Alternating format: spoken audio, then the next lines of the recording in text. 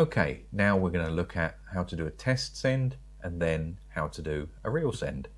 So we're up to the top navigation here and we now go to send test. So all we have to do is just drag and drop here. Here I'm going to drag over the campaign that we designed into box number 1, and box number 2 is our sender profile. So as we previously touched on, sender profile is your sending identity.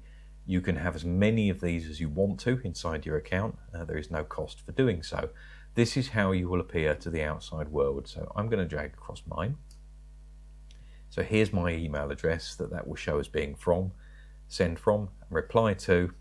Okay, so now we need to insert some email addresses that we want to test send to. You can type in more than one here, so if you need to get this signed off by colleagues, etc. before doing a real send, you can add as many email addresses as you want to. So I'm now going to hit test campaign. Okay, that's gone. We've now sent a test. So let's assume that everybody signed that off and it's good to go. Now we're going to do a live send. So let's go to send campaign. Okay, it's that familiar logic of dragging and dropping. So we just drag across the campaign. Next up, we drag across which list or lists we want to send to. So let's drag across this list and let's navigate to the next folder and drag across this list, and let's put one more in there. So we can send a campaign out to more than one list. One of the other cool things that you can do here is you can send by tag. When we looked at the mailing list section, if you recall, we were able to allocate tags to groups of people. So what I want to do here, let's click on this list, and I just want to send to this tagged group of people. So I hit send by tag, and I'm going to remove all of the untagged people. So I only have one person in this tagged group. So let's select that now. Okay. And if you want to take mailing lists out, we just hover over and we just hit the X icon. Now we want to say who this is going to be from. So this is where we associate our sender profile. So I'm going to drag across mine. Okay. Now one of the other cool things that we can do here is if you're sending out to more than one list, you can hit suppress duplicates.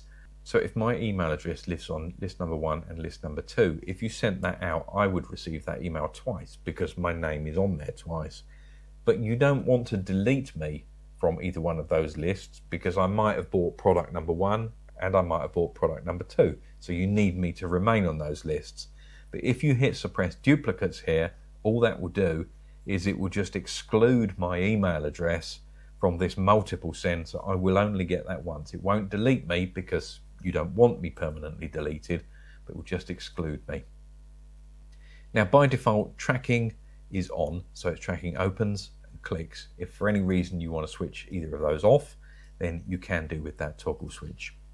So here we can choose if we want to send now or schedule for later. I'm going to schedule that for later. So let's have that go Monday at 10 AM. Schedule send. Okay, let's hit confirm. That's all good. Okay, we've now scheduled that campaign to go out on Monday. So we are now, if we go up to the top, we're now on schedule to this screen here. Well, now one of the things that we can do here is if I have set that campaign up to go on Monday, but I now don't want it to go on Monday, if I want to change the time or make some edits to that email before it goes out, I can hover over it, I can put a tick in the box, and I can go to cancel sends at the bottom here. And that will post those credits back inside the account and put the campaign back into unsent campaigns, and from there we can edit it. Let's go back to the dashboard. Okay, that concludes how to send a test and how to send a live campaign.